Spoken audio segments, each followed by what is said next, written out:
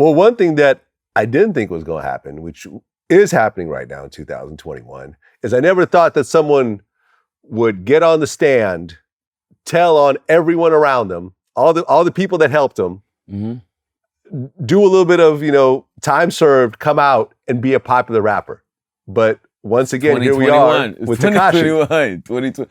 Bro, we and so we know there ain't no street rules no more. So all that code, the street code don't exist anymore. So what are y'all doing? Like, ain't no street code, because this guy's walking the street like he's a regular guy at this point. Not just him, there's old school gangsters who ratted on motherfuckers who's walking the streets now. Like, you know what I'm saying? So the code is done. Ain't no more street code. Like, one thing that Troy Ave said that I agree with, the streets is a myth, bro. The shit is a myth. All that street shit, all that shit is a myth, bro. It don't exist. It don't exist. Because motherfuckers is gonna save their ass before they, all that, I'm holding it down, I'm all that shit, they gonna save their own ass before they go and sit and do 25 years for you. Ain't nobody doing that shit in this day and age. So why even play that game when you gonna put yourself in that fucking predicament if you know you ain't gonna stand tall? A lot of them niggas that didn't tell ain't had nobody to tell on. You gotta understand, if niggas don't, if you ain't got nobody to tell on, you just gotta do the time. Cause they, they want the big guys. So if you ain't got nobody to tell on, you gotta be like, damn, I wish there was somebody for me to tell on, cause I tell to get half this time up. Right, because I remember a lot of the comments I get is, hey Vlad, how come all these black gangsters that you've interviewed are coming home after doing 20 years, whereas all the Italian mafia guys basically got no time and they got all types of murders and everything else like that? And I'm like, very simple answer. The mafia guys cooperate. They tell. They let you know though. I interviewed one guy, Anthony Ruggiano, he took the stand on 6 different trials. But that's the thing, everybody be like, John Gotti didn't tell. Who he gonna tell on? He's the top of the food chain. That's who they wanted. You know what I'm saying? He couldn't tell on nobody. Sammy the Bull had 19 fucking bodies and still went home because he told on John Gotti. How you let a nigga with 19 murders? That's a serial killer. Times 10. Right. You let him go home to get the big fish. If you think if John Gotti would have had somebody to tell on, he wouldn't have told. And anybody who knows that code, that mafia code, because that's where we get it from. Even calling ourselves gangsters, we get that shit from the mafia. You know what I'm saying? Black people. I'm G'd up. I'm a gangster. We get that shit from these mafia movies, growing up watching The Godfather, growing up watching mob movies and these tales of John Gotti, growing up in New York and the mob. That's where we get that shit from. So if these niggas is all telling on each other, that's what they do. Who could tell first? That's what they do. Who could tell first, my nigga? That's the mob. That's where that whole rat, all that shit comes from, the mafia.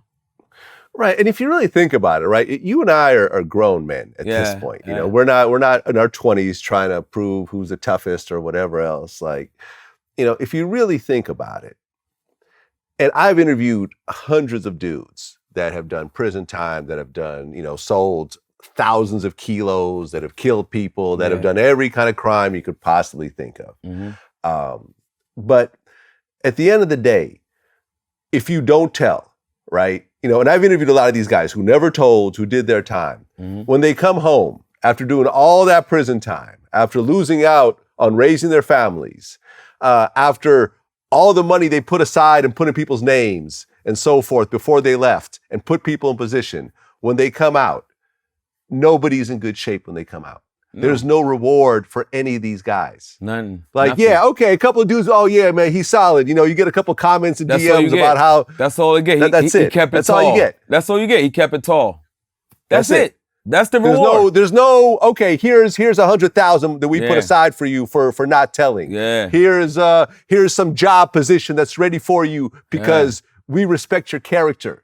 You come out, you're broke. Everything, I remember Freeway Ricky, he said, man, it struck me so hard. He was like, all the money I put in other people's names, they had bills. All the property I put in other people's names, it's in their name now. They're not going to give it back. Those people that you did that for, who ultimately just kept the properties and kept the money, none of them were trying to break you off something or at all, huh? They were like, okay, look, I wasn't as fortunate as some people. I got this $1 million property. I'm not going to give it back to you, but here's 50,000. No. That just wasn't happening. No. It's in their name. What are you going to do? Say, hey, I bought this with drug money and I put it in the name before I went to prison. Now I want it back. Like, man. And they come out and they have to start as a 40 or 50-year-old man like they were like 18 and nobody's from the ground up. Nobody's sitting there saying nothing to these youngsters, and that's the problem. Like, we need somebody gotta, and it's so sad because as soon as you start saying certain shit, like, and I've known by being in this music business, as soon as you, like, nobody wants to hear that. I'm like, nobody wants to hear the right shit, the shit that's gonna try, and this shit is ass backwards. It's like the tail wagging the dog. The shit doesn't make sense. And we just sit around and watch this shit play out, and we sit around and act like we don't see nothing wrong with the way this shit is going.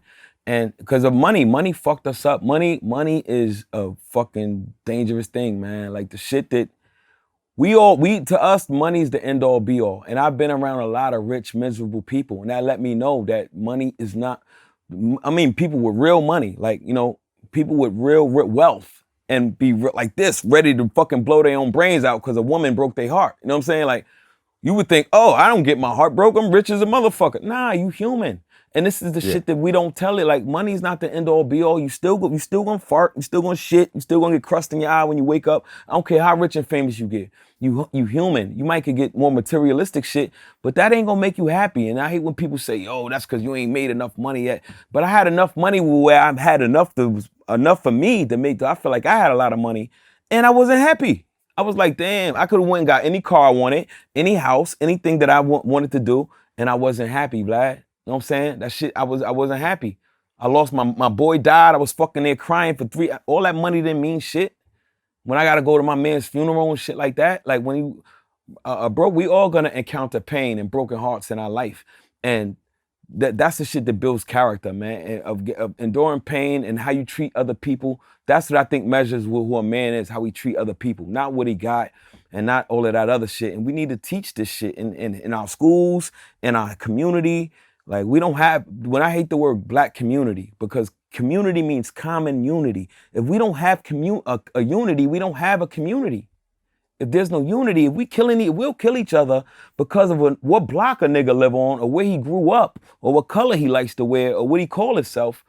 That ain't no fucking community. Nobody else does no shit like that.